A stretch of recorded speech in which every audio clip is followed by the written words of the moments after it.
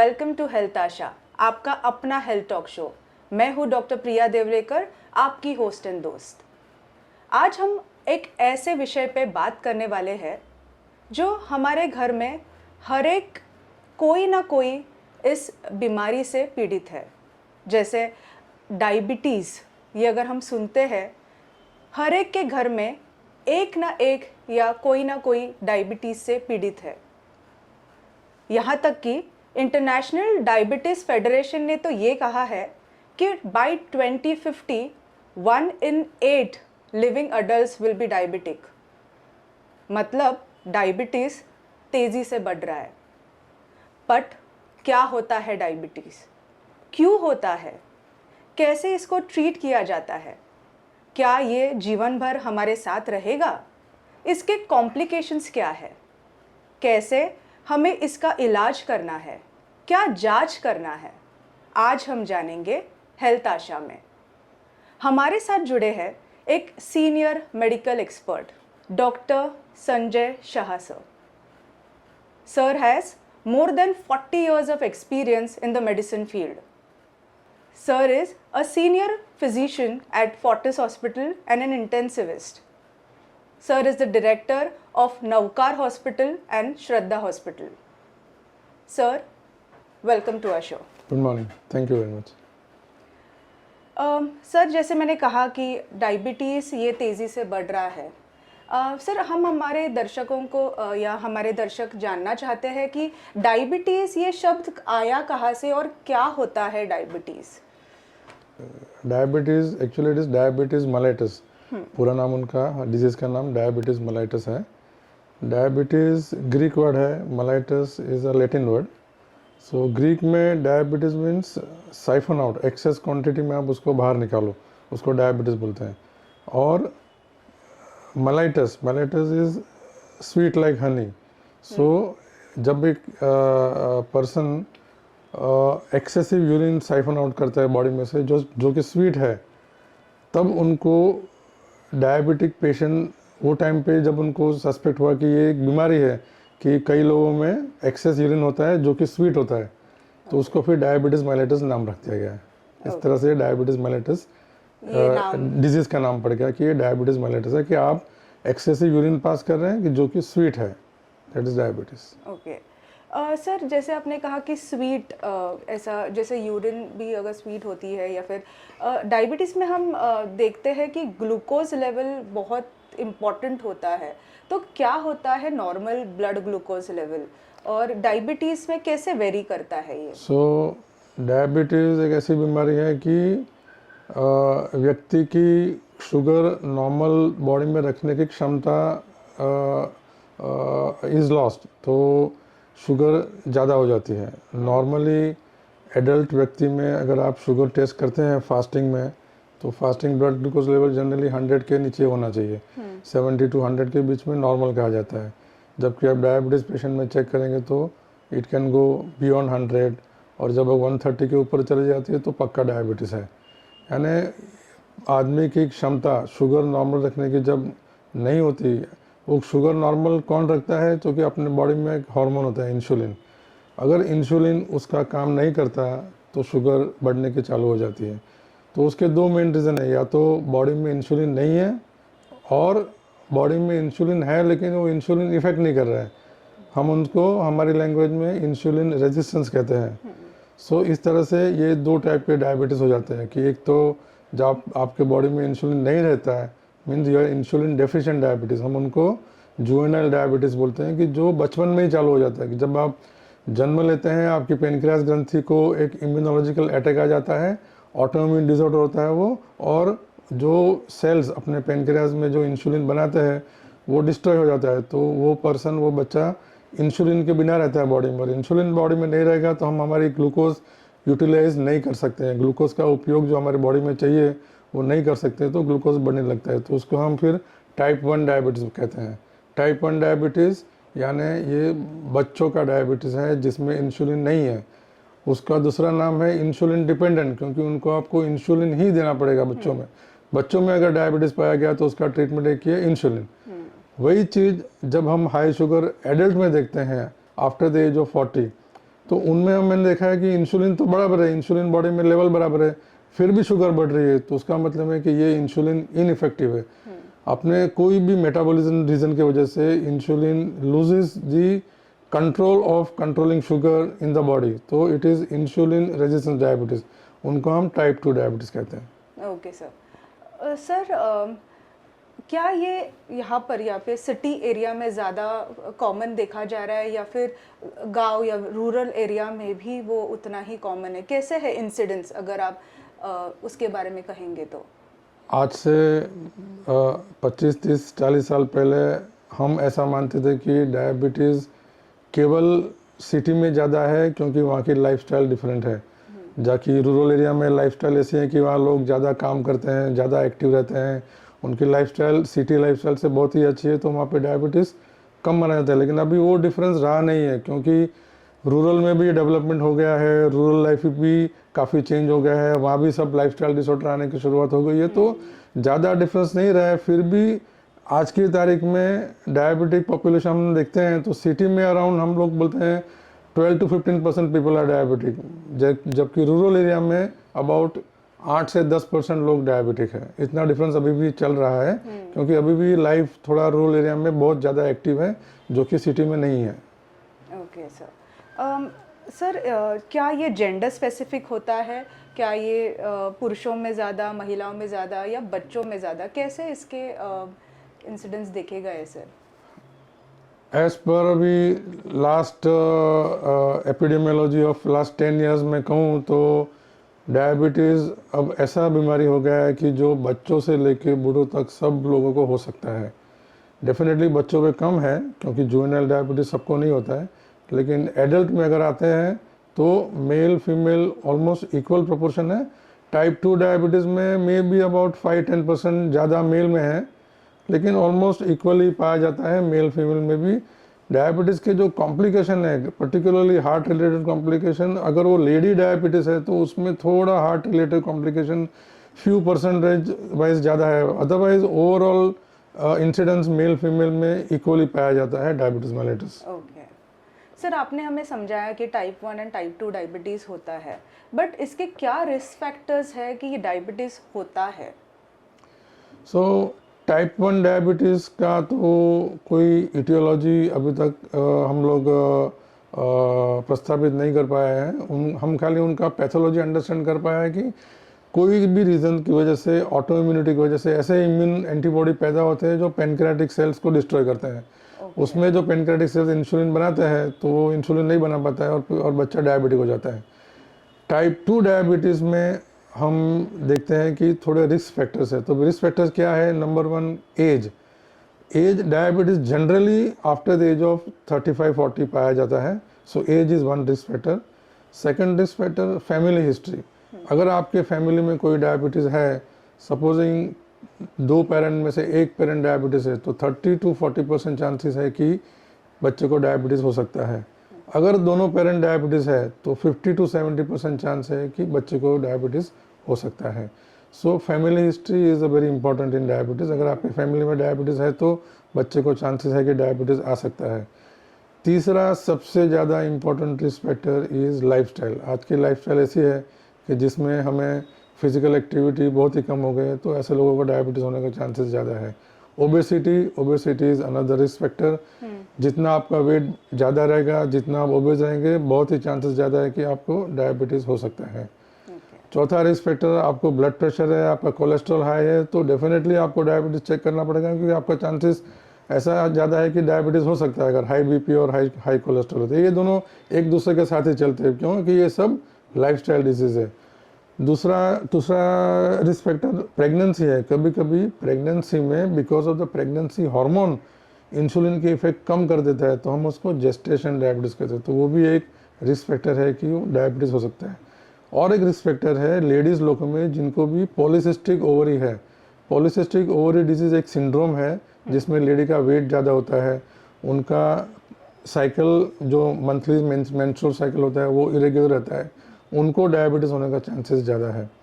और पांचवा, अगर आप सोचें कि आप अल्कोहलिक है, स्मोक करते हैं, आपकी लाइफस्टाइल इतनी पुअर है कि you are prone to get diabetes more than the normal population. Okay sir इसके कोई सिम्टम्स होते हैं कि ऐसे कैसे पता चलता है कि हमें डायबिटीज़ के लक्षण दिख रहे हैं? जब हमारे स्टूडेंट्स को हम डायबिटीज़ पढ़ाते हैं तो हम सिम्टम में बहुत कॉमन सिम्टम बोलते हैं कि there are 3 P's of diabetes, polydipsia, polyphagia and polyuria. Exactly. So polydipsia है कि आपको ज़्यादा प्यास लगती है क्योंकि आप बहुत यूरिन पास कर रहे हो, क्योंकि पॉलीयूरिया है यानी आपको यूरिन ज़्यादा होता है। और तीसरा पॉलीफेजिया, आपको भूख ज़्यादा लगती है। ये सबसे ज़्यादा कॉमन सिम्टम है। चौथा कॉमन सिम्टम, अगर एडल्ट एज में आफ्टर द एज ऑफ 40 अगर हम वेट लॉस कर रहे हैं तो डायबिटीज़ आपके दिमाग में तुरंत आना चाहिए, क्योंकि डायबिटीज़ बहुत कॉमन कॉज है वेट लॉस होने का, क्योंकि आपकी बॉडी में से शुगर यूरिन से बाहर निकल जाती है जो आपका वेट कम कर देती है। कॉमन सिम्टम्स में एक्सेसिव टायर्डनेस, आपको फटीग ज़्यादा लगता है, काम करने की क्षमता कम हो जाती है, आपको आलसपन ज़्यादा आता है, कोई भी थोड़ा भी काम करने में आप एकदम थक जाते हैं, तो आपको डायबिटीज़ एक बार चेक करना ज़रूरी है। पांचवा कॉमन सिम्टम आप बोले तो आपके बॉडी में कोई वुंड हुआ है, इन्फेक्शन हुआ है जो हील नहीं हो रहा है, आपको सपोजिंग कुछ तो भी स्क्रैच हो गया बॉडी में और आपको लगता है कि ये 10 दिन हुआ एक स्क्रैच जा ही नहीं रहा है, प्लीज़ चेक आपको डायबिटीज़ है कि नहीं है, क्योंकि आपके वुंड की हीलिंग क्षमता शुगर की वजह से कम हो जाती है, तो आपको डायबिटीज़ चेक करना ज़रूरी है। और प्रेगनेंसी में जेस्टेशन डायबिटीज़ इतना कॉमन है कि हर गायनेकोलॉजिस्ट, ऑब्स्टेट्रिशियन हमेशा प्रेग्नेंट लेडी का शुगर चेक करता है कि उनको डायबिटीज़ है कि नहीं है, क्योंकि अगर डायबिटीज़ है तो उसको कंट्रोल रखना बहुत ज़रूरी होता है। सर इसका मतलब डायबिटीज़ में एक शब्द होता है प्री डायबिटीज़, क्या होता है ये प्री डायबिटीज़ शब्द? तो हमने आपको बताया कि हमारे पॉपुलेशन में एक तो जुवेनाइल डायबिटीज़ है, बच्चों में डायबिटीज़ होता है, एडल्ट में डायबिटीज़ होता है। तो हम कैसे डायबिटीज़ को डायग्नोस करते हैं कि हम कोई शुगर चेक करते हैं कि भाई अगर फास्टिंग शुगर आपका 100 से 30 125 से ज़्यादा है तो आपको सोचना चाहिए कि आपको डायबिटीज़ है। दूसरा कि खाना खाने के बाद अगर शुगर अगर 200 के ज़्यादा है तो हम सोचते हैं कि नहीं, आपको डायबिटीज़ होना चाहिए। देयर इज़ अ पॉपुलेशन, बहुत बड़ा पॉपुलेशन है कि जिनकी फास्टिंग शुगर 100 से कम भी नहीं है और 125 से ज़्यादा भी नहीं है, वो बीच में गिर रही है, 100 to 125 के बीच में है। ये जो पॉपुलेशन है उनको हम प्री डायबिटीज़ कहते हैं। दूसरा खाना खाने के बाद अगर आपने शुगर चेक किया तो नॉर्मली खाना खाने के बाद शुगर 140 के नीचे ही आना चाहिए 2 घंटे के बाद। खाने के 2 घंटे के बाद आपका शुगर चेक करो, it should be less than 140। There is a population कि शुगर 140 और 200 के बीच में, 200 के ऊपर आ गया तो आप you are straight away diabetes. लेकिन अगर खाना खाने के 2 घंटे के बाद आपकी शुगर 140 to 200 है, यानी कि आप बॉर्डर लाइन पे है, आप ना तो नॉर्मल है ना डायबिटिक है, तो उनको हम प्री डायबिटीज़ कहते हैं। अब ये प्री डायबिटीज़ को पहचानना क्यों ज़रूरी है, क्योंकि ये पॉपुलेशन है जी जो अगले 2 से 5 साल में 50 to 70% चांस है कि अगर ये आदमी अपने प्रिकॉशन फॉलो नहीं करता है तो he will become totally diabetic. और ये बहुत ह्यूज पॉपुलेशन है। हमारे पास जो डायबिटिक पॉपुलेशन है, हम 2020 के सेंसस के हिसाब से हम आपको आंकड़े बताए तो इंडिया में at present 136 million diabetic 100 million diabetics है। उसके against there is 136 million population हुआ pre diabetic. See pre diabetic population is so high कि जो जस्ट वेट हो रहे हैं कि कभी वो डायबिटीज हो जाए, डायबिटिक हो जाए, अगर वो सर्टेन रूल्स प्रिंसिपल्स फॉलो नहीं करेंगे तो it's a very big population. और हमें यह आइडेंटिफाई करना बहुत जरूरी है क्योंकि हम इनको प्रिवेंट कर सकते हैं, इनमें हम डायबिटीज प्रिवेंट कर सकते हैं। तो ये प्री डायबिटिक है। मैं आपको थोड़ी उनकी वैल्यू बता दूं कि अगर आपकी फास्टिंग ब्लड शुगर 100 और 125 के बीच में है, खाना खाने के बाद 2 घंटे बाद आपकी शुगर 140 और 200 के बीच में है, और तीसरा एक मॉनिटर हम करते हैं HbA1c जो हमें पास्ट 3 मंथ्स का एवरेज शुगर बताती है। वो वैल्यू अगर आपकी 5.7 से 6.4 के बीच में है तो आप प्री डायबिटिक है। 5.7 के नीचे नॉर्मल है, 6.5 के बाद आप डायबिटिक हो जाते हैं। अगर वो 5.7 और 6.4 के बीच में है, mind you are pre diabetic, आप प्री डायबिटिक है। आपको प्रिकॉशंस तुरंत इम्प्लीमेंट करने हैं ताकि आप डायबिटिक ना बन जाए। सर कितना सीरियस होता है इन डायबिटीज़ पेशेंट्स को अपना ट्रीटमेंट लेना? और अगर उन्होंने सही ट्रीटमेंट नहीं लिया या अनकंट्रोल्ड डायबिटीज़ मेलाइटिस जिसको हम कहते हैं, वो कितना प्रतिशत सीवियर होता है, अगर आप हमारे दर्शकों को बताएं। तो ये सबसे बड़ा इम्पोर्टेंट क्वेश्चन है कि हमारे अगर ब्लड में शुगर ज़्यादा है तो उसको क्यों ट्रीट करना है, राइट। बहुत सिंपल है, ये स्टैटिस्टिकल ऑब्जर्वेशन है, ये एक 100% प्रूव्ड एविडेंस है कि अगर हम पेशेंट को अगर शुगर ट्रीट नहीं करते हैं, उनके ग्लूकोज हाई रहने देते हैं, तो हेड से लेके टो तक अपने हर ऑर्गन को डायबिटीज़ इफेक्ट कर सकता है। मैं हेड से चालू करूँगा तो आपकी जो आइज़ है, आप ब्लाइंड हो सकते हैं अगर आपने आपका डायबिटीज़ कंट्रोल नहीं किया, क्योंकि अपनी जो रेटाइना है, जो आँख का जो पर्दा है, उसके ऊपर हेमरेज, रेटाइनोपैथी होने का चांसेस बहुत ज़्यादा है अगर आप शुगर कंट्रोल नहीं करते हैं। आपका जो आई का लेंस है वो यंग एज में वाइट हो जाएगा, कैटरेक्ट हो जाएगा अगर आप डायबिटीज़ कंट्रोल नहीं करें तो। बॉडी में नीचे है आपका हार्ट, आपके हार्ट की नलियाँ जो ब्लड सप्लाई करती है हार्ट को, अगर आपका शुगर कंट्रोल नहीं है तो धीरे धीरे वो नलियाँ नैरो हो सकती है, आपको हार्ट अटैक आने का चांसेस बहुत ज़्यादा है। उसके बावजूद आपके हार्ट के जो मसल्स है वो भी हाई शुगर के होते हुए पंपिंग कम कर सकते हैं, आपको हार्ट फेलियर का चांसेस बहुत ज़्यादा है अगर आप कंट्रोल नहीं करते हैं तो। किडनी में आएंगे, अगर आप डायबिटीज़ शुगर कंट्रोल नहीं करते हैं, आपको यूरिन इन्फेक्शन होने का चांसेस बहुत ज़्यादा है। यूरिन इन्फेक्शन हो गया तो आपको किडनी इन्फेक्शन, पाइलोनेफ्राइटिस का चांसेस ज़्यादा है। अगर आपकी किडनी की क्षमता शुगर ज़्यादा होने से कम हो जाती है, आप रीनल फेलियर पेशेंट बन सकते हैं। हम आपको ये बता दें कि हमारे पॉपुलेशन जो डायलिसिस कर रहे हैं आज की तारीख में, उसमें से 2/3 पॉपुलेशन है वो डायबिटीज़ की वजह से उनकी किडनी फेल हो गई, इसके लिए उनको डायलिसिस करना पड़ा है। इतना हाई इंसिडेंस है अनकंट्रोल डायबिटीज़ और किडनी का डिजीज़ होना। तो बहुत ज़रूरी है कि अगर शुगर कंट्रोल नहीं हुआ तो आपका किडनी फेल हो सकता है, आप डायलिसिस में जा सकते हैं। आप और नीचे आएंगे, स्किन, सॉफ्ट टिश्यू, स्किन में इन्फेक्शन, सेलुलाइटिस, खून की नलियाँ नैरो होती है तो आपके फीट में, आपके पैर में खून नहीं पहुँचेगा, आपका पैर इस्चेमिक हो सकता है, यानी इस्चेमिक इंजरी, खून ना पहुँचने की वजह से इंजरी हो सकती है, आपका पैर में गैंग्रीन हो सकता है, आपका पैर काटने की ज़रूरत पड़ सकती है अगर वो ब्लैक हो गया तो। ये एक डायबिटीज़ का कॉम्प्लिकेशन है और ये बहुत कॉमन है, हमने बहुत देखा है ये पेशेंट।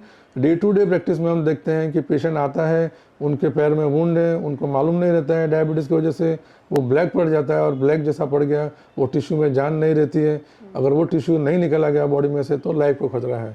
तो हेयर से लेके टो तक आपको डायबिटीज़ प्रॉब्लम कर सकता है। ब्रेन, सबसे इंपॉर्टेंट चीज़ मैं बताना भूल गया, ब्रेन की नलियाँ भी अगर खून की नलियाँ नैरो हो गई तो आपको स्ट्रोक होने का चांस ज़्यादा है, पक्षाघात बोलते हैं हम, पैरालिसिस बहुत कॉमन है। Diabetes one of the major risk factor for paralysis, very important for you to understand, and that is why so important that हम डायबिटीज़ को सीखें, डायबिटीज़ की कॉम्प्लिकेशन को हम लर्न करें और कैसे हम डायबिटीज़ कंट्रोल करें।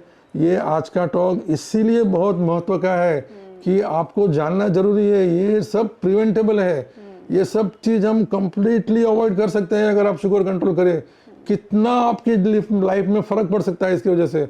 आप शुगर कंट्रोल ना कीजिए, आप यंग एज में पैरालिसिस हो गए, जस्ट इमेजिन आपके फैमिली में कितना उसका इम्पेक्ट आ सकता है।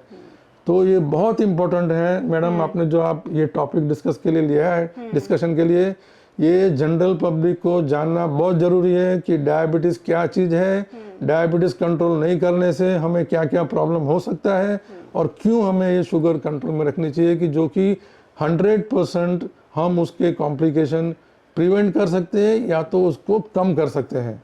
Very important. Yes sir.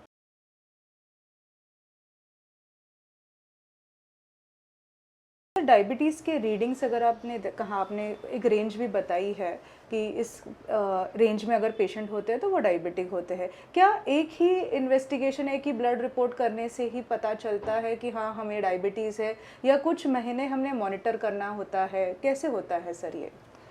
तो आप ये जानना चाहते हैं कि हम कब बोलें कि ये पेशेंट डायबिटीज़ है, ये पेशेंट डायबिटीज़ नहीं है?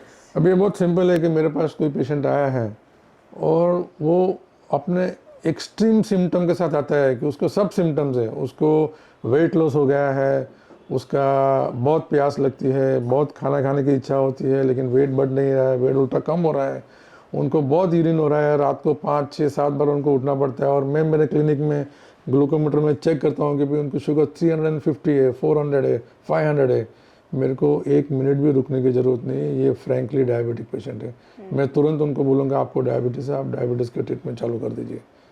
उसके साथ कोई पेशेंट ऐसे भी आते हैं जो हेल्थ चेकअप करके आते हैं और आके हमको दिखाते हैं रिपोर्ट के सर मेरा ये फास्टिंग शुगर 120 बता रहा है, अलार्मिंग साइन है। यस, 120 में मैं आपको इमीडिएटली डायबिटीज़ नहीं बताऊंगा। शुगर बढ़ने के बहुत सारे डायबिटीज़ के अलावा भी रीज़न रहते हैं। अगर आपका रात को नींद बराबर नहीं हुआ है, अगर आपको स्ट्रेस बहुत ज़्यादा है, अगर आपका लास्ट प्रीवियस वीक बहुत स्ट्रेस में गया हुआ है, इनएडिक्वेट स्लीप है, आराम नहीं मिला है, तो भी टेम्परेली आपका फास्टिंग शुगर बढ़ सकता है। सो एक रीडिंग में हम डायबिटीज़ डायग्नोस नहीं करते हैं। तो मैं क्या बोलूँगा, आप रुकिए, 1 हफ्ते के बाद आप आइए, आप वापस आपका fasting post lunch sugar check कीजिए, और सबसे इम्पोर्टेंट आप आपका HbA1c चेक कीजिए। HbA1c ये वो टेस्ट है जो आपको लास्ट 3 महीने में आपका शुगर कैसा रहा है वो हमको बताता है। ये HbA1c ऐसा टेस्ट है ना जो आप डॉक्टर को फिर आप चीट नहीं कर सकते पेशेंट। कोई पेशेंट बहुत स्मार्ट होते हैं, वो एक्सेप्ट करना नहीं चाहते कि मेरे को डायबिटीज़ है, तो जब चेक करने के लिए जाएंगे ना, अगले दिन कुछ नहीं खाएंगे, पूरा जैसा उपवास ही करेंगे। हम लोग जैन लोग आम्बेल करते हैं ना, ऐसा आम्बेल का खाना खाएंगे, रोटी फ्रूट भी नहीं खाएंगे, रोटी और सब्जी और थोड़ा नींबू का पानी पियेंगे बस, और शुगर चेक कराएंगे, बताएंगे देखो सर मेरा शुगर तो फास्टिंग में 110 आया है। लेकिन मैं उसको पकड़ूंगा नहीं, मेरे को HbA1c रिपोर्ट दिखाओ, वो आपका 3 महीने का रिपोर्ट दिखाएगा, मैं बोलूँगा ये आपको डायबिटीज़ है, अगर वो 6.5 से ज़्यादा है तो। HbA1c 5.7 तक नॉर्मल माना जाता है, 5.7 से 6.4 तक हम कहते हैं कि ये प्री डायबिटिक है, ये कभी भी डायबिटीज़ में रूपांतरित हो सकता है।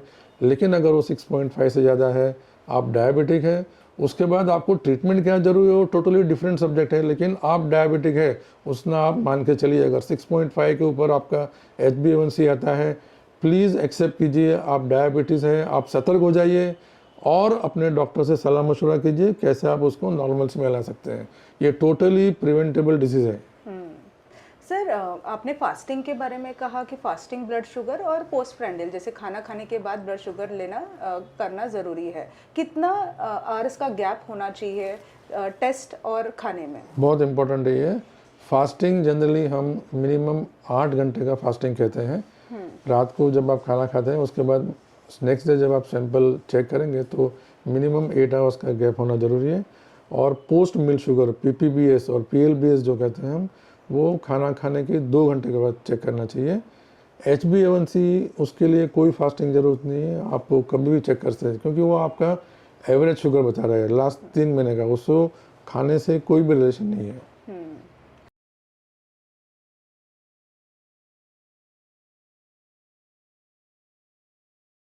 सर, राइटली सो जो आपने कहा, और एक इतना इम्पॉर्टेंट और क्लियर मैसेज हमारी ऑडियंस को दिया आपने। सर, आपने अभी जस्ट कहा कि पैर या फीट में जैसे डायबिटिक पेशेंट्स को अक्सर कहा जाता है कि अपने पैरों का आप खास ख्याल रखिए। आपने ये भी समझाया कि वहाँ पर ब्लड फ्लो कहीं ना कहीं हैम्पर हो जाता है। क्या ख्याल रखना चाहिए इन पेशेंट्स को और क्यों ज़रूरी है इनका ख्याल रखना पैरों का? बहुत ही इम्पोर्टेंट ये डिस्कशन है, अपने पैरों की रक्षा करना डायबिटिक पेशेंट के लिए। पैर की रक्षा करना इसलिए ज़रूरी है कि 2 मेन चीज़ है। डायबिटीज़ की वजह से आपके नर्व्स वीक हो जाते हैं, हम उनको पेरिफेरल न्यूरोपैथी कहते हैं। आपको पेरिफेरल न्यूरोपैथी अगर हो जाती है तो आपके पैर के सेंसेशन चले जाते हैं। आप अगर चल रहे हैं, रास्ते में जा रहे हैं, आपको कोई पत्थर लग जाता है, आपका पैर कोई कांटे पे अगर गिर जाता है, आपके पैर के ऊपर कोई भी तरह की इंजरी हो जाती है, आपको मालूम भी नहीं पड़ेगा कि आपको लगा है, क्योंकि आपके पैर में सेंसेशन नहीं है। और एक बार वो पैर में अगर आपको क्रैक आ गया, आपकी स्किन डिसरप्ट हो गई, तो वहाँ से इन्फेक्शन आना बहुत ईजी है, क्योंकि आपके ब्लड में शुगर ज़्यादा है, आपको इन्फेक्शन हो जाएगा। उसके ऊपर आपकी खून की नलियाँ कॉम्प्रोमाइज़ है, आप डायबिटिक है, आपको जितना फ्लो नॉर्मल फुट में होना चाहिए उतना फुट में फ्लो नहीं होता है, तो वो हील भी नहीं होगा। सो सब तरह से आपको अटैक हो गया है, वो जख्म नहीं भरेगा, जख्म बढ़ता जाएगा, और वहाँ खून की नलिया से खून नहीं गया तो वो धीरे धीरे ब्लैक हो जाएगा, ब्लैक हो गया तो उसका मतलब कि वो गैंग्रीन हो गया, गैंग्रीन हो गया तो आपको फिर वो पैर काटना ही पड़ेगा। इसके लिए बहुत बहुत बहुत इम्पोर्टेंट है कि फुट केयर डायबिटीज़ में बहुत ही ज़्यादा इम्पोर्टेंट है, क्योंकि हमने देखा है कि बहुत सारे पेशेंट कॉम्प्लिकेटेड फूड लेके हमारे पास आता है, बहुत कॉमन है। हफ्ते में हम कम से कम 10-15 पेशेंट तो ऐसे देख ही देते हैं कि जो डायबिटिक फूड कॉम्प्लिकेशन की वजह से उनको हॉस्पिटलाइज होना पड़ता है। तो फूड केयर में डेली आप जब स्नान करते हैं आपको आपका फूड थरली एग्जामिन करना जरूर है, किधर क्रैक है नहीं है, आपके नेल कैसे हैं, नेल अच्छी तरह कटे हैं नहीं कटे हैं। अगर आपका नेल हाइजीन नहीं अच्छा रहा तो वो भी आपको स्किन को डिस्टर्ब कर सकता है। दूसरा, एडिक्वेट मॉइस्चराइजेशन, बहुत सारी क्रीम अवेलेबल है मार्केट में जो आपकी स्किन को फर्म रखती है, क्रैक जल्दी आने नहीं देती है। और जब आप घर के बाहर निकलते हैं प्लीज़ टेक केयर कि आप नंगे पाँव किधर भी ना जाएं। डायबिटिक पेशेंट है, आपको ऐसे कोई भी चांस नहीं होना चाहिए कि जहां आपको पैर को इंजरी होना चाहिए, वो आपको केयर लेना बहुत ज़रूरी है डायबिटिक पेशेंट के लिए। अगर वो केयर आपने नहीं लिया और एक बार अगर डायबिटिक फूड हो गया, diabetic food is a speciality. You can imagine के कितने ऐसे पेशेंट रहेंगे कि हमारा को मेडिकल में एक डिफरेंट स्पेशलिटी क्रिएट करनी पड़ेगी जो खाली डायबिटिक फूड की केयर के लिए अवेलेबल है। पॉडियोलॉजिस्ट बोलते हैं हम लोग उसको, कि they take care of diabetic food. So इतनी कॉमन सिचुएशन, इतनी कॉमन कंडीशन है, तो आपको आपके फीट की रक्षा करना और उसके जो रोग होते हैं वो समझना बहुत ही ज़रूरी है।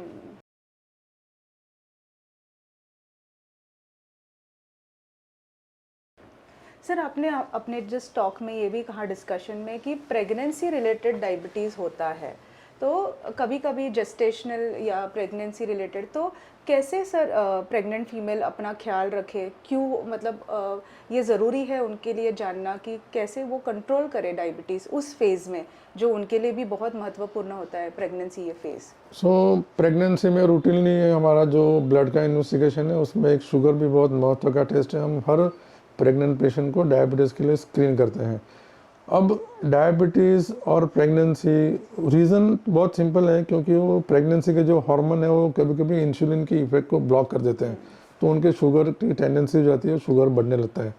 ये शुगर कंट्रोल करना बहुत ज़रूरी है, क्योंकि अगर आप कंट्रोल नहीं करते हैं तो वो प्रेग्नेंट लेडी को एक तो ब्लड प्रेशर बढ़ने का ज़्यादा चांसेस है, दूसरा उनको एक्लेम्पिया होने का चांसेस ज़्यादा है। एक्लेम्पिया एक बीमारी है कि जहाँ आपको कभी कभी हाई ब्लड प्रेशर की वजह से किडनी पे इफेक्ट आता है, आपके बॉडी में से प्रोटीन निकलना चालू हो जाता है और आपको फिट्स आ सकते हैं प्रेगनेंसी के दरमियान या इमीडिएटली आफ्टर प्रेगनेंसी, उसको एक्लेम्पिया कहते हैं।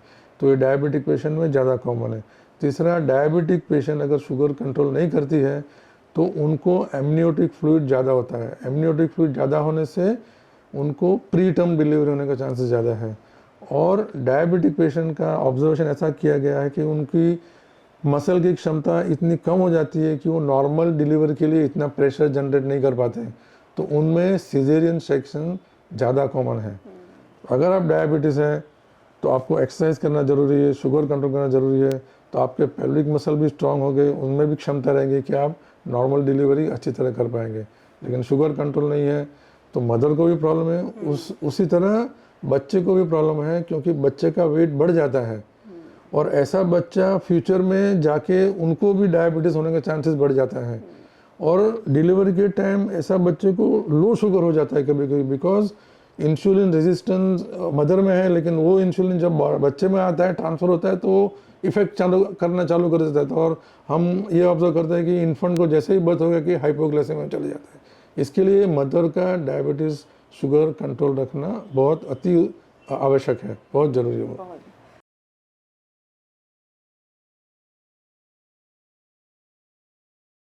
डायबिटीज़ और बीपी, क्या कहेंगे सर, क्यों है ये डेडली कॉम्बिनेशन?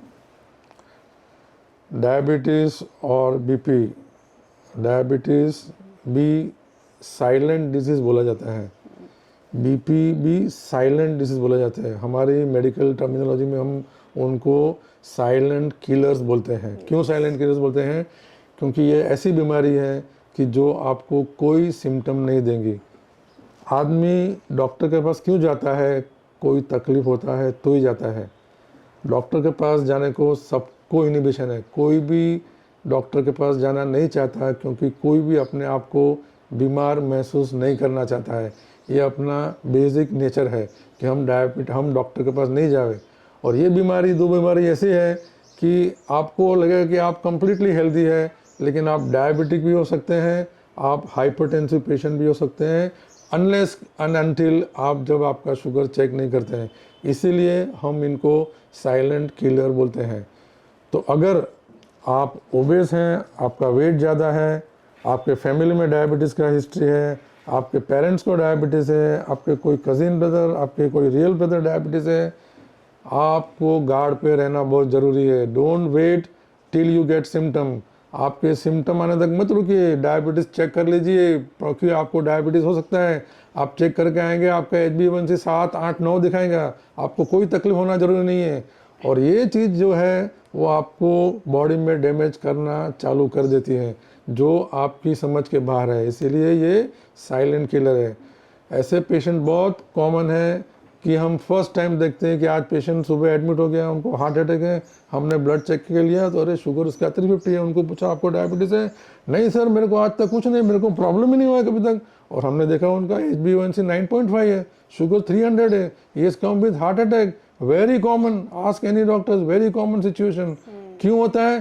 क्योंकि वो भाई साहब ने अपने आप को कभी टेस्ट करने की ज़रूरत नहीं समझी है। फिर हमने हिस्ट्री पूछा तो हाँ मेरे पिताजी को तो डायबिटीज़ है। अरे आपके पिताजी को डायबिटीज़ है और आप चेक नहीं करते हैं? आफ्टर द एज ऑफ 30-40 आपको एज ए रूटीन चेक 100% करना ही है, एज ए रूल करना है, क्योंकि आपके फैमिली में डायबिटीज़ है। आपको रुकना नहीं है आपको हार्ट अटैक आने तक, आपको हार्ट अटैक, हार्ट की बीमारी प्रिवेंट करना है। ये हम आप क्यों ये टॉक डिस्कशन कर रहे हैं? हम आपको ये नॉलेज देना चाहते हैं कि ये प्रिवेंटेबल डिजीज़ है, ये प्रिवेंटेबल कॉम्प्लिकेशंस है, आपको सतर्क रहना बहुत ज़रूरी है। It is very important. So diabetes और बीपी ये दोनों साइलेंट किलर है, और ये दोनों एक साथ में जब आ जाते हैं ना तो एक दूसरे को बूस्ट करते हैं। डायबिटिक पेशेंट आपको ब्लड प्रेशर ज़्यादा बढ़ाएगी, हाई बीपी वाले पेशेंट को डायबिटीज़ से ज़्यादा कॉम्प्लिकेशन होंगे। तो ये दोनों को ट्रीट करना ज़रूरी है। दोनों साइलेंट किलर्स है, दोनों को कंट्रोल रखना 100% एज एन इमरजेंसी मेजर आपको करना जरूरी हो। सर, डायबिटीज पेशेंट को क्या ट्रीटमेंट लाइफ लॉन्ग लेना ज़रूरी है, या फिर क्या डायबिटीज़ हमारे साथ जीवन भर रहता है? डायबिटीज़ क्रॉनिक डिसऑर्डर कहा जाता है, यानी लंबी आयु तक चलने वाला डिसऑर्डर। और मेरे को पूछा जाए तो मैं कहूँगा diabetes is a lifestyle. It is not actually a disease, it's a lifestyle disease. क्योंकि वो ऐसा सिम्टम से नहीं आता है कि ऐसा बुखार आ गया आप बीमार हो गया, ऐसा नहीं है। आपको बुखार नहीं भी और आपको कोई तकलीफ नहीं है फिर भी आप डायबिटिक हो सकते हैं। So diabetes is a lifestyle disorder. Lifestyle disorder means आप अपनी लाइफ जी रहे हैं, लेकिन आप अपनी लाइफ में आपको प्रोएक्टिवली देखना है कि आपको डायबिटीज़ है कि नहीं है। क्योंकि आप आपकी लाइफ नॉर्मल अगर जीना चाहते हैं लंबे समय तक, तो आपको ये प्रोएक्टिवली डिटेक्ट करना है कि आपको डायबिटीज़ नहीं है। इसीलिए ये लाइफ लॉन्ग डिसऑर्डर है। लाइफ लॉन्ग डिसऑर्डर का मतलब ये नहीं कि आपको लाइफ लॉन्ग दवा लेना चाहिए, आपको लाइफ लॉन्ग इंसुलिन लेना पड़ेगा, ऐसा नहीं है। आपको लाइफ लॉन्ग सतर्क रहना पड़ेगा। That is the concept you have to understand कि ये लाइफस्टाइल डिजीज़ है, और ये एक दिन के लिए सतर्क रहना जरूरी नहीं है, एक महीने के लिए डाइट कंट्रोल करना जरूरी नहीं है। It is life long process, और आपको ये बहुत ज़रूरी है कि आप उसको मॉनिटर करते रहें और आप उसको कंट्रोल में रखते रहें। ओके।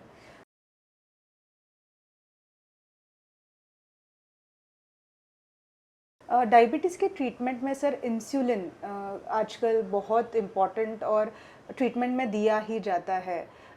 कैसे सर इंसुलिन लिया जाता है, या क्या इंडिकेशन होता है कि उन पेशेंट्स में इंसुलिन आप प्रिस्क्राइब करते हो? तो अब हम ये क्वेश्चन का आंसर कर रहे हैं कि किस सिचुएशन में हम पेशेंट को इंसुलिन स्टार्ट करते हैं। मेरे पास अगर कोई पेशेंट आता है कि जो वेट लॉस की वजह से है, उसका 20 किलो वज़न कम हो गया है, उनकी शुगर 350-400 है, एकदम वीक हो चुका है, उनको चलने की भी ताकत नहीं है, ये सिचुएशन ऐसी है ना कि मैं उनको टैबलेट चालू करने का ज़रा भी नहीं सोचूंगा, और मैं उनको तुरंत इंसुलिन चालू करूँगा। क्योंकि इंसुलिन क्या है? इंसुलिन हार्मोन है जो आपके बॉडी को बिल्ड करेगा। Insulin works as a cement, और आप जो खाना खाते हो वो एक ब्रिक है।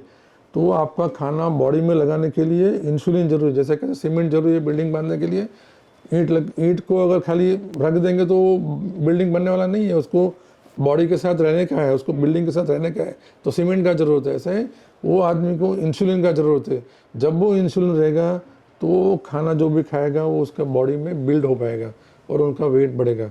तो ऐसे सिचुएशन में इंसुलिन तुरंत चालू करना ज़रूरी है। दूसरी सिचुएशन में बताऊं कि मेरे पास एक डायबिटिक पेशेंट है, आज मैं उसको 20 साल से देख रहा हूँ कि उसका डायबिटीज़ है और धीरे धीरे ऐसा ऑब्जर्व हो रहा है कि उनकी डायबिटीज़ की मेडिसिन की रिक्वायरमेंट बढ़ रही है। मैं ये सिचुएशन में आ गया हूँ कि मैं उनको 4 दवाइयाँ दे रहा हूँ, लेकिन उनका शुगर अभी भी खाना खाने के बाद 300 रह रहा है। मेरे को सतर्क होना ज़रूरी है कि ये पेशेंट टैबलेट से कंट्रोल नहीं होने वाला है, इनको इंसुलिन चालू करना ज़रूरी है। उनको मैं तुरंत इंसुलिन चालू कर दूँगा। तीसरी सिचुएशन में बताऊँ कि मेरे पास पेशेंट एडमिट हो गया है, सेप्टिक है, बहुत सीवियर इन्फेक्शन, उनका ब्लड प्रेशर डाउन हो गया, वो डायबिटिक है, वो पेशेंट को मैं टैबलेट में नहीं रख सकता हूँ, मेरे को तुरंत इंसुलिन चालू करना है उसका शुगर कंट्रोल के लिए। ये चौथी सिचुएशन है जब मैं उनको इंसुलिन चालू करूँगा। तो नेक्स्ट सिचुएशन, मेरे पास डायबिटिक प्रेग्नेंट लेडी है, उसमें सबसे ज़्यादा और सबसे अच्छा दवाई है इंसुलिन, क्योंकि वो बॉडी के नेचर से एकदम मिलता है। ये ड्रग, ये इंसुलिन जो हम मार्केट में अवेलेबल है, it is exactly similar to what is produce in your body. So ये प्रेग्नेंट लेडी में उसका कोई साइड इफेक्ट नहीं होगा और वो उसका प्रेगनेंसी एकदम स्मूथली होगा, तो उसमें भी इंसुलिन लेना मेरे को ज़रूरी पड़ सकता है। और जुवेनाइल डायबिटिक बच्चा जिसमें इंसुलिन है ही नहीं, तो उसको तो कोई दवाई का सवाल ही नहीं, गोली का सवाल ही नहीं आता है, उनको हम इंसुलिन से ही ट्रीट करेंगे। दूसरा एक कॉमन मिथ मैं आपको बोल देता हूँ कि पेशेंट लोग को ऐसी उनमें ऐसा मान्यता है, समझूती है कि इंसुलिन आया है आपको बहुत सीवियर डायबिटीज़ है। ऐसा जरा भी नहीं है। आपको इंसुलिन, डॉक्टर को अगर ज़रूरी लगा तो इंसुलिन चालू भी करेगा और ये इंसुलिन बंद भी हो सकता है जब आपकी रिक्वायरमेंट नहीं है तो ऐसा मत मानिए कि आपको एक बार इंसुलिन चालू किया तो लाइफ लॉन्ग इंसुलिन लेना पड़ेगा। लेकिन कभी डॉक्टर को ज़रूरत क्यों पड़ सकती है, क्योंकि वो आपकी किडनी को प्रोटेक्ट करना चाहता है। सपोजिंग आपके लीवर में तकलीफ है, आपको सिरोसिस है, आपको किडनी फेलियर है, आपका क्रिएटिन हाई रहा है, आपको ओरल टैबलेट लेना बहुत रिस्की है, क्योंकि आपकी बॉडी वो आप जो टैबलेट लेते हैं वो बॉडी निकल ही नहीं पाती है, तो टैबलेट का इफेक्ट भी 2, 3, 4 गुना हो जाता है। आपको बार बार लो शुगर होने का चांसेस हो जाएगा। ऐसे पेशेंटों में भी इंसुलिन लेना बहुत ज़रूरी है। तो ये मत मानिए कि इंसुलिन लेना यानी आपको डायबिटीज सीवियर है, आपका डिजीज़ बहुत सीवियर है, आपको अभी लाइफ लॉन्ग लेना पड़ेगा। नहीं, आपके ऑर्गन प्रोटेक्शन को इंसुलिन की ज़रूरत है, इसके लिए डॉक्टर चालू करता है। आपकी कोई क्लिनिकल सिचुएशन ऐसी है कि वो टाइम पे आपको इंसुलिन लेना बहुत ज़रूरी है, क्योंकि आपका बॉडी को नॉर्मल से लेना बहुत ज़रूरी है। उसके बाद एक बार आप नॉर्मल हो जाए, हम आपको वापस टैबलेट में चेंज कर सकते हैं। तो इंसुलिन के प्रति आप ऐसा रिजर्वेशन मत रखिए। अगर आपको डॉक्टर कहते हैं इंसुलिन जरूरी है, तो there is some reason why is telling like that.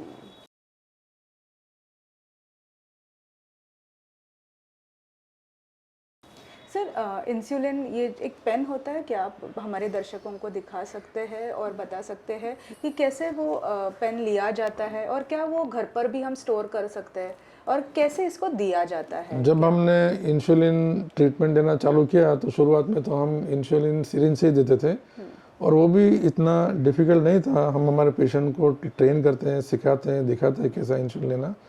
लेकिन अभी लास्ट 25 साल में बहुत ही टेक्नोलॉजी एडवांस हो चुकी है और अभी इंसुलिन पेन फॉर्म में आता है। मैं आपको एक पेन दिखा देता हूँ कि जो कि वेरी इजीली अंडरस्टैंडेबल होगा आपको। इस तरह से इंसुलिन पेन आती है। इंसुलिन पेन के नीचे एक नोज़ल है जिसमें आप आपका डोज डायल कर सकते हैं। आपको 2 यूनिट लेना है, 4 यूनिट लेना है, 8 यूनिट लेना है, 10 यूनिट लेना है। इसमें आप देख सकते हैं कि इसके अंदर नंबर्स हैं, वो आप नंबर डायल कीजिए, उतना इंसुलिन वो आप यूज़ करेंगे तो वो इतना इंसुलिन आपके बॉडी में जाएगा। इंसुलिन के दूसरे बाजू में उसकी वायल रहती हैं, पेन फिल रहता है। इसको हम ऐसा निकालते हैं, इसके अंदर इंसुलिन भरा हुआ रहता है, इसको इनके साथ हम अटैच कर देते हैं और उसके ऊपर हम उसकी नीडल को अटैच करते हैं और ये नीडल अटैच हो गई। हमने इंसुलिन डायल किया, आपके जहाँ भी स्किन में देना है उसको क्लीन किया और इसको प्रेस करेंगे इधर से, तो आपको इंसुलिन डोज आपको मिल जाएगा। Okay, it is very simple. हम दिखाएं कैसे इंसुलिन दिया जाता है। जनरली अगर आपका नॉर्मल वेट है मैं आपको निडल दिखा देता हूँ। सर ये हम नीडल एक बार यूज़ करके वापस यूज़ कर सकते हैं? आइडियली ये डिस्पोजेबल निडल है, इसको आपको एक ही बार यूज़ करना चाहिए। उसको बार बार यूज़ करने से आपको इन्फेक्शन का चांसेस बहुत ज़्यादा हो जाता है। सो ये आपकी इंसुलिन सिरिंज अब रेडी है, हमने इधर निडल लगा दिया है। ये निडल का प्रोटेक्शन है, इसको हम निकालेंगे। आप देख सकते हैं बहुत ही थिन निडल है। आपको ये एहसास भी नहीं होगा कि आपको इंसुलिन मिला है। Can I have your hand doctor? हाँ, तो आपका नॉर्मल वेट है, तो नॉर्मल वेट व्यक्ति को हम अगर इंसुलिन दे रहे हैं तो हम स्किन फोल्ड ऊपर करेंगे, इसको 45 डिग्री में होल्ड करेंगे और उसको अंदर पियर्स करेंगे। एक बार अंदर चला गया, हम इसको प्रेस करेंगे यहाँ से, तो वो इंसुलिन डोज डिलीवर हो जाएगा। उसके बाद हम निडल वहीं रखेंगे। जब हमको कॉन्फिडेंस आएगा कि ये 0 पे आ गया है तो हम उसको बाहर निकाल लेंगे। अगर आप बहुत ओबेस है, आपको चर्बी बहुत ज़्यादा है, तो फिर आपको ये फोल्ड करने का भी ज़रूरत नहीं है। आप 90 डिग्री में निडल रख सकते हैं। आप अपना डोज डायल कीजिए, स्पिरिट स्वाप से आप स्किन क्लीन कीजिए, 90 डिग्री में रखिए, निडल को प्रेस कीजिए, नोज़ल दबाइए, इंसुलिन डिलीवर हो जाएगा। ये 0 पे आ गया, आप निडल वापस ले लीजिए। ये इतना सिंपल और आसान है कि हर पेशेंट को अपने आप ही सीख सकते हैं कैसे इंसुलिन है। आपको कोई डॉक्टर के पास जाने की जरा भी जरूरत नहीं है उसके लिए। तो मतलब खुद ही पेशेंट्स ले सकते हैं? खुद ही पेशेंट ले सकते हैं, बहुत ही आसान चीज़ है ये। अच्छा सर, क्या इसको हम इंसुलिन को घर पर स्टोर कर सकते हैं और कैसे इसको स्टोर करना चाहिए? स्पेशली अगर हमारे कुछ दर्शक हैं जो ट्रैवलिंग टाइम पे भी इंसुलिन पेन कैरी करते हैं, तो सबसे पहला तो इंसुलिन जब आपने अगर वो वायल को ओपन नहीं किया है तो आप उसको रेफ्रिजरेटर में रख सकते हैं 2 to 8 डिग्री सेंटीग्रेड में। उसको आपको डीप फ्रीजर में नहीं रखना है, प्लीज़ अंडरस्टैंड। डीप फ्रीजर में यानी जहाँ आइस बनता है वहाँ नहीं रखना है।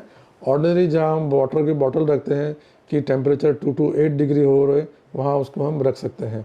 अगर आपने इंसुलिन वायल ओपन किया है तो एक बार ओपन होने के बाद 28 डेज तक यानी 1 महीने तक आप उसको नॉर्मल टेम्परेचर में बाहर रूम में रख सकते हैं कि जहाँ के टेम्परेचर में भी अराउंड से 20 to 30 डिग्री, उसमें इंसुलिन में कोई प्रॉब्लम नहीं आएगा। और हर बार जब आप इंसुलिन चेक करते हैं, जब लेते हैं, तो आपको इंसुलिन को देखना बहुत ज़रूरी है। अगर वो इंसुलिन ट्रांसपेरेंट है, रेगुलर इंसुलिन हमेशा ट्रांसपेरेंट रहता है, तो अगर इंसुलिन ट्रांसपेरेंट है, अगर उसमें कोई ओपेसिटी नहीं है, कोई क्रिस्टल नहीं है, तो इंसुलिन क्लीन और नीट आप यूज़ कर सकते हैं। अगर ओपेसिटी आपको दिखती है, अगर ओपेक हो गया है, वाइटिश हो गया है, आपको अगर क्रिस्टल दिख रहे हैं या कलर चेंज हो गया है, तो तुरंत आपको इंसुलिन डिस्कार्ड करना चाहिए, क्योंकि वो आपको यूज़ होने के लायक नहीं है। ओके सर, टाइम फ्रेम क्या होना चाहिए बिफोर मील्स लेना? हमने ये भी देखा है सर, डॉक्टर्स जनरली इंसुलिन जो है वो सुबह का डोज थोड़ा हाई रखते हैं, इवनिंग का डोज थोड़ा लो रखते हैं। क्यों ये ज़रूरी होता है? फर्स्ट ऑफ ऑल अगर हम जाने तो सबसे पहले यही बात करते हैं कि इंसुलिन का डोज सुबह क्यों हाई होता है। उनके 2-3 रीज़न है। वन कॉमन रीज़न हम उनको डॉन फिनोमेना बोलते हैं। डॉन फिनोमेना ये है कि बॉडी में कि अर्ली मॉर्निंग से लेके से 5-6 o'clock to 8-9 o'clock आपके बॉडी में certain hormones like cortisol, adrenaline, growth hormone, इसकी मात्रा ज़्यादा रहती है। इनकी मात्रा ज़्यादा रहने से आपको इंसुलिन रिक्वायरमेंट मॉर्निंग में ज़्यादा होता है। दूसरा, ये एक हमारी हैबिट है कि, और हम ये एडवोकेट भी करते हैं कि आपका first breakfast meal should be the best meal of the day, और इवनिंग का मील आपका कम होना चाहिए। तो बिकॉज आपका वो best meal of the day है, उसके लिए आपको शुगर वो मील के बाद बढ़ने के चांसेस ज़्यादा रहता है, तो हायर डोज मॉर्निंग में ही आता है। इवनिंग में आप कम खाते हैं, और उसके बाद आपका एक लंबा 8 to 10 आवर्स गैप रहता है कि जब आप सोए रहते हैं, आप उसमें कुछ खाना नहीं खाने वाला है, तो ऑब्वियसली हमको इवनिंग का डोज कम होता है। अंडरस्टूड कि इवनिंग का डोज क्यों कम होता है और मॉर्निंग का ज़्यादा होता है। दूसरा, इंसुलिन को आपने दूसरा क्वेश्चन पूछा कि कभी लेना चाहिए, खाने के कितना टाइम पहले, तो वो डिपेंड करता है आप कौन सा इंसुलिन यूज़ कर रहे हैं। अगर आप regular short acting insulin use करते हैं तो उसकी इफ़ेक्ट आने को करीबन 20 से 30 मिनट लगते हैं, तो आप उसको 20-30 मिनट खाने के पहले ले सकते हैं। दूसरा भी जो नए इंसुलिन आए हैं, नोवोरैपिड, एस्पार्ट, ये सब इमीडिएटली एक्ट करते हैं, उनको टाइम नहीं लगता है, 5 से 10 मिनट में उसका एक्शन चालू हो जाता है, तो उसको आप खाने के तुरंत पहले ले सकते हैं। नोवोरैपिड, एस्पार्ट, आप लिस्प्रो, आप उनको तुरंत खाने के पहले लीजिए, उसको आपको पहले रुकने का ज़रूरत नहीं है। दूसरा इंसुलिन है pre mix insulin. Pre mix insulin हमेशा उसमें दो पिक रहते हैं, एक तो शॉर्ट एक्टिंग रहता है जो कि 20-25 मिनट में एक्शन चालू करेगा, दूसरा लॉन्ग एक्टिंग रहता है जो 2 घंटे के बाद चालू करेगा, उसको आप आधा घंटा पहले ले सकते हैं। और तीसरा हमारा जो कॉमन इंसुलिन है वो लेंटस इंसुलिन या ग्लार्जिन इंसुलिन, वो लॉन्ग एक्टिंग इंसुलिन है जिसका इफेक्ट 24 से 36 आवर्स तक भी रहता है। तो उसको हमें एक फिक्स टाइम पे लेना है, उसका खाने से कोई रिलेशन नहीं है। आप हमेशा उसको एक फिक्स टाइम लेंगे, या सुबह 9 बजे 10 बजे या रात को 10 बजे, जैसा आपकी सुविधा हो, दिन में एक बार लेना चाहिए उसको। उसके लिए कोई खाने का कोई संबंध नहीं है, वो कभी भी ले सकते हैं आप। ओके सर, इसके कोई साइड इफ़ेक्ट्स होते हैं इंसुलिन लेने के? हर मेडिसिन साइड इफ़ेक्ट उसके साथ में आता ही है। सबसे कॉमन कि आपको वो एलर्जी हो सकता है, इंसुलिन का एलर्जी। अगर आप इंसुलिन का एलर्जी रहता है तो आपको उसके लिए स्पेशल प्रिकॉशन लेना पड़ेगी कि आपको एलर्जी ना हो। आप अल्ट्रा क्लीन और very short acting insulin use करें जिसमें एलर्जी बहुत कम रहता है, और आप ह्यूमन इंसुलिन यूज़ करेंगे जिसमें एलर्जी कम होता है। दूसरा इंसुलिन का साइड इफ़ेक्ट है कि जहाँ पर आप इंजेक्ट करते हैं वो एरिया में अगर आपने एक ही जगह आप इंजेक्ट करते रहे ना, तो वहाँ की जो फैट टिश्यू है उसमें लाइपोडिस्ट्रोफी होता है। लाइपोडिस्ट्रोफी यानी या तो वो फैट सेल धीरे धीरे बढ़ने लगा और आपको यहाँ पे एक फैट ग्लोब्यूल आ जाएगा, और वो धीरे धीरे कभी कभी एट्रोफी हो जाता है, यहाँ खड्डा पड़ सकता है। तो इसीलिए हम इंसुलिन जब पेशेंट को लेने को कहते हैं, हम उनको ये कहते हैं कि आपको उसका साइट रेगुलरली चेंज करना चाहिए। तो कहाँ कहाँ आप ले सकते हैं? सबसे आसान और सबसे इजी और सबसे कन्वीनियंट साइट है एब्डोमेन में। एब्डोमेन में भी 4 पार्ट है। अम्बिलिस के ऊपर 2 पार्ट राइट एंड लेफ्ट, अम्बिलिस के नीचे 2 पार्ट राइट एंड लेफ्ट, यहाँ पर आप यूज़ कर सकते हैं। उसके बाद थाइज में आइए, front of the thigh, side of the thigh, arm में आइए, बैक ऑफ द आर्म, जो आपको इजी रहेगा। ये आपको सेल्फ कैसे लेना है उसके लिए बताऊँ कि back of the arm is easy. तो back of the arm, abdomen and thighs, आपके पास करीबन 8 से 10 साइट है। तो आप आपका चार्ट बनाइए कि आज मैंने, आप उसको नंबर कर दीजिए, आपका नंबर 1 सेट आज आपने यहाँ लिया है, कल यहाँ लेंगे, परसों यहाँ लेंगे, चौथे दिन इधर लेंगे, ताकि आपका साइड चेंज होता रहे और आपको उसका साइड इफेक्ट ना हो। दूसरा इंसुलिन का साइड इफेक्ट, सबसे ज़्यादा साइड इफेक्ट बोले तो वो फिजियोलॉजिकल इफेक्ट है कि आपको वेट गेन होता है। That is the biggest side effect. तो हम भी अवॉइड करते हैं कि ज़्यादा ओबेस पेशेंट हो तो इसको इंसुलिन ना दिया जाए अनलेस कि it is emergency. Another common side effect कि इंसुलिन ऐसा हार्मोन है जो पानी को रिटेन करता है, बॉडी में फ्लूइड बढ़ाता है, तो हमको चेक करते रहना पड़ता है कि फ्लूइड रिटेंशन हो रहा है कि नहीं हो रहा है। दूसरा common side effect most important मैं कहने को भूल गया, हाइपोग्लाइसेमिया। अगर आप इंसुलिन लेते हैं और आप डाइट स्किप करते हैं, मील स्किप करते हैं, तो बहुत ज़रूरी है कि आप समझे कि आपने इंसुलिन लिया है, आप डाइट मील स्किप नहीं कर सकते हैं। आपको खाना टाइम पे खाना है, अदरवाइज़ आपको लो शुगर हो सकता है, हाइपोग्लाइसेमिया हो सकता है। आपने दूसरा एक क्वेश्चन पूछा कि ट्रैवलिंग इन टाइम में क्या प्रिकॉशन लेना चाहिए। बहुत इंपॉर्टेंट क्वेश्चन है। जब आप ट्रैवल करते हैं आपको एक किट आपके साथ हमेशा रहना ज़रूरी है। वो किट में आपके साथ एक इमीडिएट इफ़ेक्ट के लिए शुगर पाउच या कोई भी स्वीट चीज़ जो आपको इमीडिएटली, अगर आपका शुगर कम होता है तो शुगर बढ़ाने में हेल्प करे। अनयूजुअल डिले किधर हो गया, आपने आपकी दवाई ले ली है, खाने का आपको एक्सेस नहीं है, तो आपको तुरंत उसका यूज़ में आ सकता है। दूसरा, एक हेल्दी स्नैक पैकेट आपके पाउच में होना बहुत ज़रूरी है। अगर आप इंसुलिन लेते हैं तो इंसुलिन की पेन, इंसुलिन की वायल, आपके निडल, आपके सिरप साहब आपके साथ होना ज़रूरी है, ताकि आपका मील के साथ आपको इंसुलिन लेना ही पड़ेगा। आप आपका मील भी साथ में कैरी कर रहे हो तो कि आपका इंसुलिन डोज स्किप ना होए और ट्रैवलिंग के टाइम आपका शुगर फ्लक्चुएट ना होए। अगर एक्स्ट्रा लॉन्ग टाइम ट्रैवलिंग है तो आपसे डॉक्टर से ज़रूर संपर्क कीजिए और उनकी गाइड ले लीजिए कि आपका ट्रैवलिंग का प्लान कैसा है, तो डॉक्टर आपको एक्सप्लेन कर सकता है कि आप कैसे कैसे आपकी बॉडी के अनुसार इंसुलिन का उपयोग कर सकते हैं। सर अभी क्योंकि डायबिटीज़ के हर एक पेशेंट के पास ग्लूकोमीटर होता ही है आजकल घर पे, कितना फ्रिक्वेंटली उन्होंने अपना शुगर लेवल चेक करना चाहिए और कब चेक करना चाहिए, during which part of the day? तो हम शुरुआत से ही बात करेंगे कि आपको डायबिटीज़ डिटेक्ट हुआ है, राइट।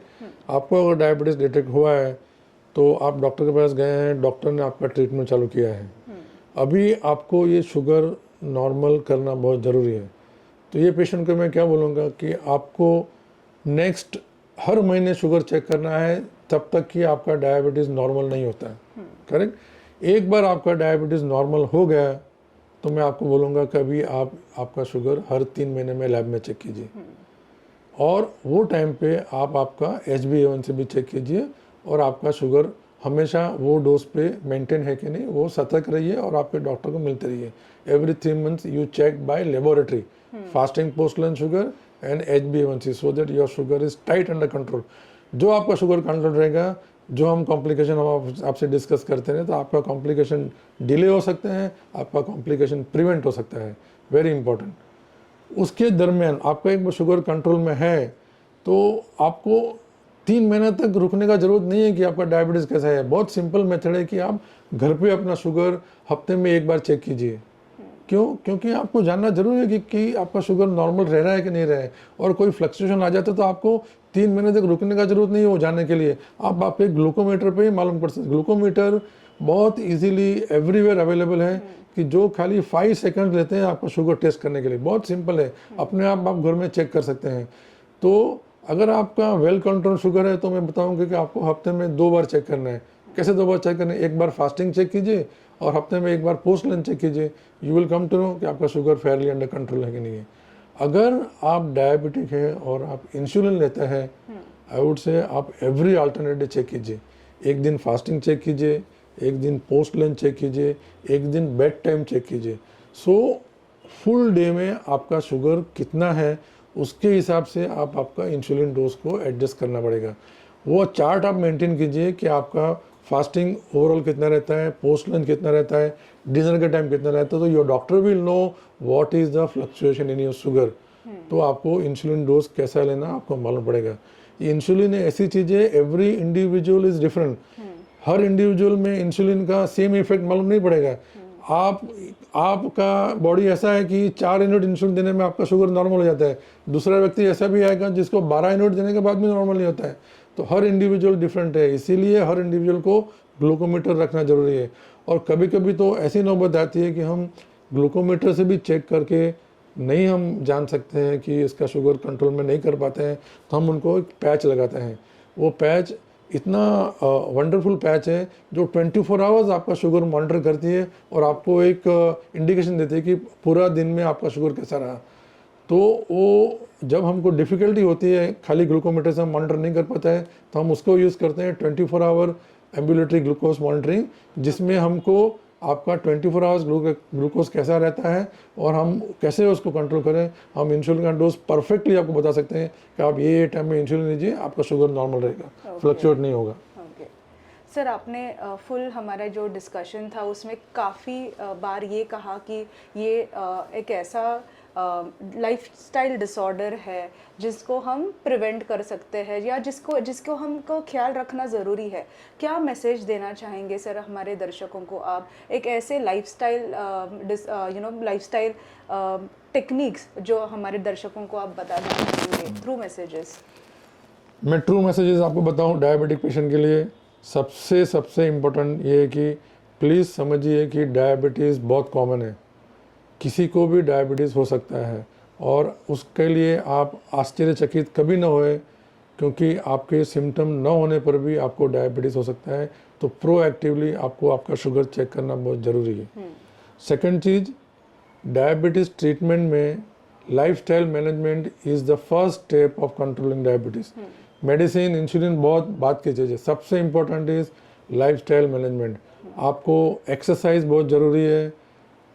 इन शॉर्ट मैं आपको बोलूँ तो brisk walk for 30 to 45 minutes in a day 5 days a week is all that is required to keep you fit. बहुत ज़रूरी है कि आप इसको फॉलो करिए, और ये 1 हफ्ते 1 महीने के लिए नहीं है, ये लॉन्ग टर्म फॉलो करना है। थर्ड कम्स इज़ डाइट, बहुत ही इंपॉर्टेंट है। डाइट का एक सिंपल प्रिंसिपल बोलता हूँ, eat smart, eat in time and eat small. मैं आपको नहीं कहता हूँ कि आप खाना क्वांटिटी कम कर दीजिए, एट ए टाइम आप कम खाइए और स्मार्ट फूड का उपयोग कीजिए। मैं बताऊंगा आपको क्या स्मार्ट फूड, और टाइम पे खाइए, स्किप मत कीजिए। ओके, आपकी जो थाली होती है उसमें 50% वेजिटेबल होना चाहिए, 25% प्रोटीन होना चाहिए और 25% मिलेट्स और होल ग्रेन होना चाहिए, पूरा ग्रेन होना चाहिए, नॉट पॉलिश्ड और refined grain. Okay, it is a golden rule for any diabetic patient, 50% vegetable, 25% protein and 25% whole grain, millets का उपयोग ज़्यादा कीजिए। करेक्ट, ईट स्मार्ट, इन्हें आप ऐसे कार्बोहाइड्रेट यूज़ कीजिए जो आपको बॉडी में ज़्यादा फ्लक्चुएशन ग्लूकोज का नहीं देवे। Millets is a very good carbohydrate, वो आपको ज़्यादा फ्लक्चुएशन नहीं करेंगे। अगर वीट यूज़ कर देते हो तो आप होल वीट यूज़ कीजिए, जैसे कैसा लापसी है, लापसी भी whole wheat, you know, it produces minimum fluctuation. और आप अगर आप राइस यूज़ करते हैं, पॉलिश राइस, बहुत फ्लक्चुएट करेगी आपका शुगर, उसको अवॉइड कीजिए। मैं नहीं कहता हूँ कि आप बंद कीजिए, मात्रा कम कीजिए, क्वांटिटी कम कीजिए, इनफ्रीक्वेंट यूज़ कीजिए। Plain sugar, plain sweets avoid कीजिए, डीप फ्राइड फूड अवॉइड कीजिए, फास्ट फूड रिपीटेडली खाना अवॉइड कीजिए। एक महीने में कभी आपने एक आधा बर्गर खा लिया, दैट इज़ अलाउड, बट आपको हैबिट है कि नहीं मेरे को शाम को वड़ा पाव बहुत ज़रूरी है, every day on everyday basis, it is not allowed. You have to take in, keep this in mind. Okay, आपको घी खाना बंद नहीं है, बट इन मॉडरेशन। ऑयल कौन सा यूज़ कीजिए? ऑयल जनरली ग्राउंडनट ऑयल, अपना ये ऑलिव ऑयल हेल्थ के लिए काफ़ी अच्छा है, बट इन मॉडरेशन। कोई भी चीज़ in excess is not good for your health. So ये डाइट बहुत इंपॉर्टेंट चीज़ है। और तीसरा आता है ड्रग्स। अगर आप मेडिसिन चालू करते हैं तो उसको फॉलो कीजिए, डॉक्टर से सलाह मशवरा कीजिए। आपकी मेडिसिन आपको लाइफ लॉन्ग लेना है तो आपको नॉलेज, जितना डॉक्टर को नॉलेज है उतना ही नॉलेज आपको भी होना चाहिए वो डायबिटीज़ की मेडिसिन के बारे में, कि उसके क्या साइड इफ़ेक्ट होना चाहिए और कैसे मैं उसको केयर करूं कि मेरे को कोई मेडिसिन का साइड इफ़ेक्ट ना हो और मेरा शुगर कंट्रोल में रहे। अगर आप इंसुलिन यूज़ करते हैं तो हमने जो जो बताया उसको पूरा आप सीखिए। आपको आपका इंसुलिन आपके हाथ से ही लेना ट्रेन होना चाहिए, किसी पर डिपेंडेंट नहीं होना चाहिए। तो शुगर कंट्रोल करना, और ये शुगर ऐसे कंट्रोल करना चाहिए कि जैसे आपके कॉम्प्लिकेशन प्रिवेंट हो सके। और चौथा और most important thing is what ever you do be consistent, उसको आप फॉलो कीजिए। ये लाइफस्टाइल डिसऑर्डर है, ये एक दिन के लिए, एक महीने के लिए या 6 महीने के लिए नहीं है, इसको आपको लाइफस्टाइल फॉलो करना है। तो कंसिस्टेंसी बहुत इंपॉर्टेंट है। अगर आप ये सब फॉलो करते हैं तो कोई भी प्रॉब्लम नहीं है, you are as good as non-diabetic. If you are controlling sugar well, there is no difference in the diseases between diabetic and a non-diabetic. That important is the control of sugar in your life. So please understand that very well. Thank you sir. I mean आपने इतने details में और इतने कम समय में diabetes जैसे एक vast subject को इतना सिंपल वे में हमारे दर्शकों तक आपने पहुंचाया। आपने इतने मैसेजेस दिए हैं पूरे डिस्कशन में, जहां पर सर ने हमें इतनी इम्पॉर्टेंट बातें कही है जो हम सब ने नोट करना ज़रूरी है। और हेल्थ आशा थ्रू हमारा यही प्रयास है कि आप तक हम ये मैसेजेस पहुँचाए। सर, फर्स्ट ऑफ ऑल मैं आपको धन्यवाद देना चाहूँगी कि आपने अपना कीमती वक्त, थैंक यू वेरी मच, कीमती वक्त देकर, आपने अपना कीमती समय देकर हमारे इस शो में आए और हमारे दर्शकों के लिए इतने इम्पोर्टेंट डायरेक्शंस बताए हैं ताकि हम वो उसे फॉलो कर सके। प्लीज़ हेल्थ आशा के इस वीडियो को ज़रूर देखिए और आपके उन फ्रेंड्स या फैमिली रिलेटिव्स को भेजिए जिनको इसके बारे में जानना ज़रूरी है, क्योंकि डायबिटीज़ ये तेज़ी से बढ़ रहा है और हमें उसको कंट्रोल करना ज़रूरी है। प्लीज़ फॉलो कीजिए हमारे वीडियोस और देखते रहिए हेल्थ आशा। नमस्कार। थैंक यू, खूब खूब धन्यवाद। ऐसे मोर हेल्थ इन्फॉर्मेशन वीडियोस के लिए देखते रहिए हमारा channel health Asha talk show by doctor Priya Devlekar. आपको अगर कोई हेल्थ इन्फॉर्मेशन या हेल्थ इश्यूज रिलेटेड कोई भी जानकारी चाहिए तो email us on the below email ID. Follow कीजिए हमारा चैनल, सब्सक्राइब कीजिए और शेयर कीजिए हमारा चैनल। नमस्कार।